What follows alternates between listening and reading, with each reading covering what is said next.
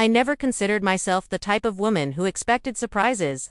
Life had settled into a familiar routine: morning coffee, errands, a quiet home, and a husband who communicated more with his inbox than with me. I told myself, love didn't need passion, only patience. And I believed that, until everything changed one afternoon. My car stalled on a nearly deserted road. Of course, just my luck. I sighed, tapping the steering wheel before reaching for my phone. I didn't bother calling my husband, he never picked up. Instead, I rang my son. "Mom, I can't get away right now," he said, clearly frustrated. "But I'll send Alex." Alex, my son's best friend. I hadn't seen him in months, maybe longer. I remembered him as a lanky, polite teenager who used to raid our fridge and jokingly call me ma'am. But I didn't have any other options. 15 minutes later, a sleek black car pulled up, and Alex stepped out. Except, he wasn't the kid I remembered. The boy was gone, replaced by a confident young man, broad shoulders, tousled dark hair, a strong jawline. He carried himself differently. There was something magnetic about him. "Hey, Mrs. Hayes," he greeted, flashing a familiar grin. "Need a ride?"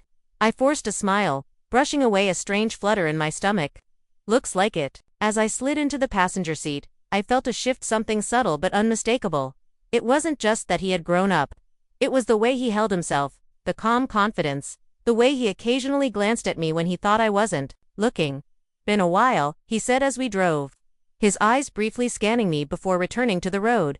"It has," I replied, folding my hands in my lap. "You look different," he laughed. "Guess growing up does that." The conversation flowed easily, but underneath it, something stirred, quiet, unspoken. I became hyper-aware of his voice, deep and steady, the way his fingers tapped the steering wheel, the faint scent of his cologne in the air. I told myself it was just nerves. Just me. Overthinking. At a red light, he turned toward me. "You haven't changed at all," he said softly. Something in the way he said it made my heart skip. I laughed lightly, trying to diffuse the tension. "That's what happens with age, you just settle." His jaw clenched slightly, but he didn't respond.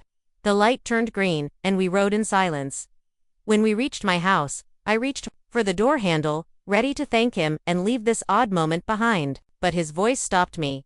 "You don't have to settle, you know." I turned, caught off guard. His expression was unreadable, gentle, intense, something else I couldn't quite place. "See you around, Mrs. Hayes," he said with a casual smile, but his eyes told a different story. I stepped out, my heart pounding, and not because of my broken-down car. I told myself it was a fluke, a brief, strange interaction. But I couldn't forget it. The drive lingered in my thoughts long after. Then I saw him again unexpectedly, at the grocery store. I was reaching for something on the top shelf when a familiar voice spoke from behind me. "Need a hand?" I froze, recognizing him instantly. I stepped back, heart fluttering. "Alex." He smiled dizzily, retrieving the item and handing it to me. "Fancy seeing you here." I tried to keep things light, normal. "Just picking up a few things." "Me too." He lifted a basket though. I barely noticed it. He was standing too close, the heat from his body making my skin prickle. I needed to get out of there. "Thanks for the help," I said quickly, clutching the box. But then he leaned in just slightly. "Can I ask you something?" My breath caught. "Of course." He looked directly at me. "Are you happy?" I froze. Such a simple question, but it hit somewhere deep, someplace I hadn't allowed myself to examine. I should have laughed, brushed it off, changed the subject. But IDN single quotes. Alex didn't push. He just waited, watching me. I forced a smile. "Of course I am."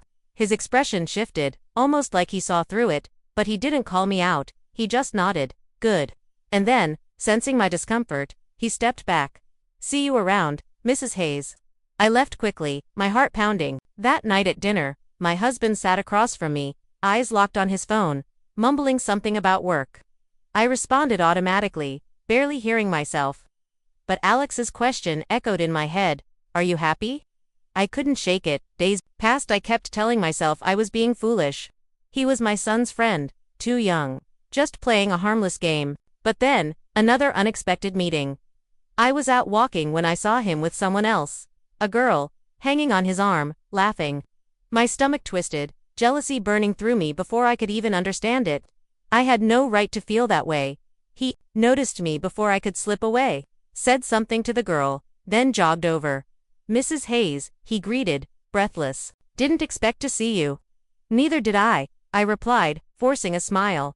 He glanced back toward the girl. She's just a friend. And I'm not, I asked, before I could stop myself. His smirk was subtle, knowing, but not arrogant. You were, flush crept up my neck. I like that you care, he said softly. I should have walked away. But I didn't, and neither did he.